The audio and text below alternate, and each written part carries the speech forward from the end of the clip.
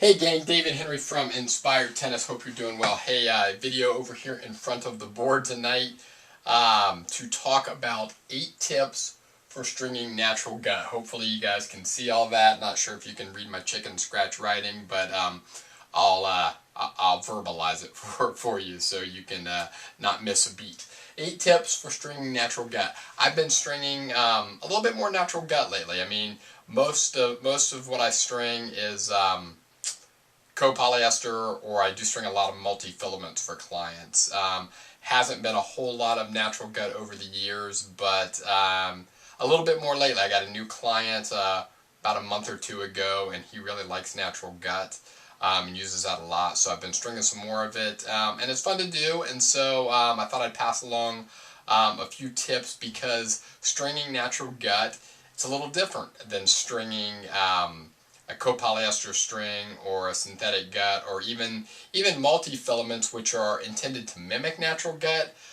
Still a little bit different, because gut is gut, and it's natural, as the name implies, and thus it's a much more delicate and much more fragile, and you have to use a lot more care and caution when stringing natural gut. Okay, so you don't break it, you don't damage the string, anything like that, because you don't want to do that, obviously, for any type of string, but especially natural gut, because oftentimes if you're buying quality gut, it's rather expensive. So if you do a crappy job and break string that you've either natural gut that you've purchased for your client, or that your client has given you, then, well, you got to buy another set, and that can get pricey really quick. So of the tips, number 1, clean clamps and gripper. Okay, when you're stringing copolyesters and other synthetic guts, have a lot of different types of coating on them, and that coating and residue tends to build up over time on your clamps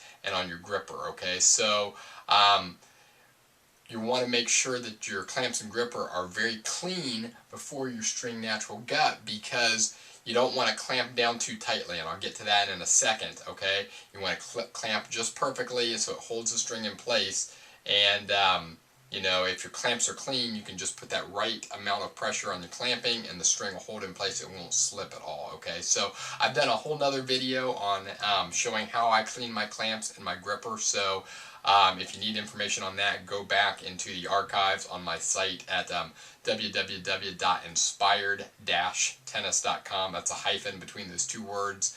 Go to the site map page, and you can find the video about cleaning clamps. Okay, number 2. Uncoil carefully.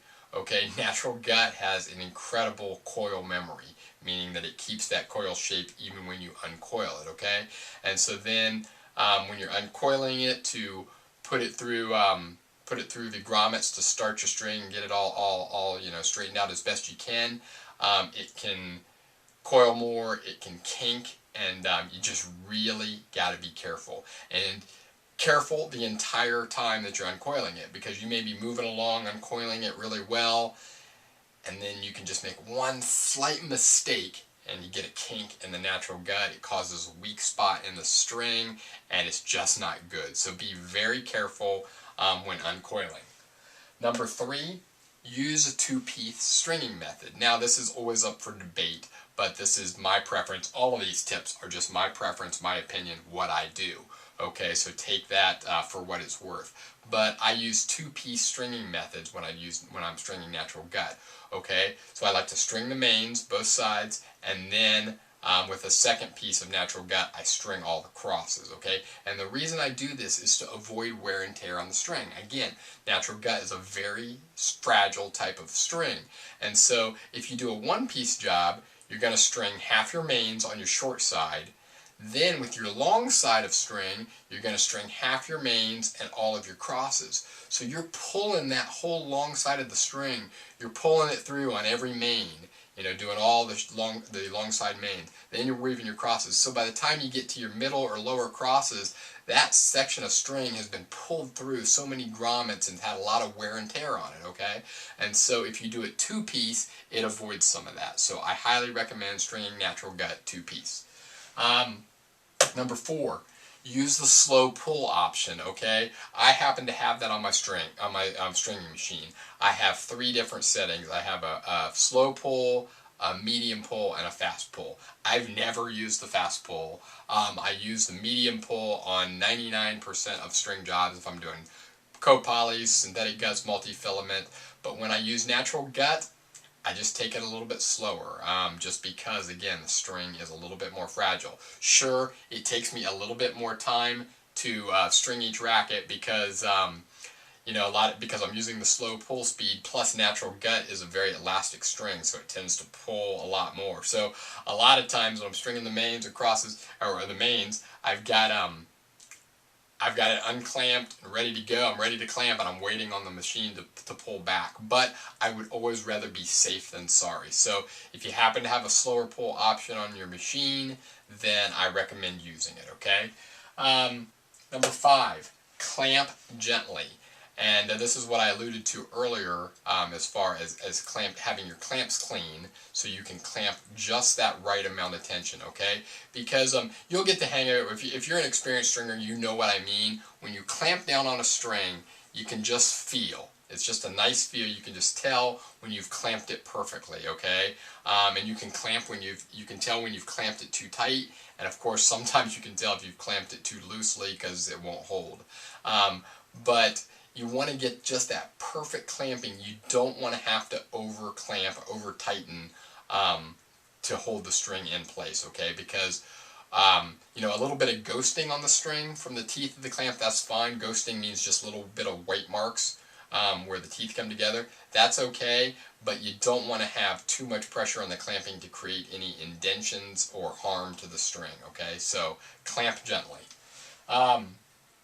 Number 6. Pull carefully. Okay, I kind of alluded to this when I was talking about uncoiling, but that goes through the whole string job. I mean, you know, when you're stringing co-poly all the time, I mean, you can just crank away and pull pretty fast and not worry too much about the string getting kinked, as long as you're, you know, fairly careful and watch what you're doing. It's not going to kink that easily, and you're good to go. But with natural gut, I'm telling you, you think you're doing fine, and at the last second, it can just kind of twist and turn, and it kinks, and then again you've got that really white spot, weak spot in the string, which is no good. It's a weak area in the string, could cause it to break prematurely, could even cause it to break while you're stringing it. So use extreme caution when pulling and working your natural gut all the way through the racket.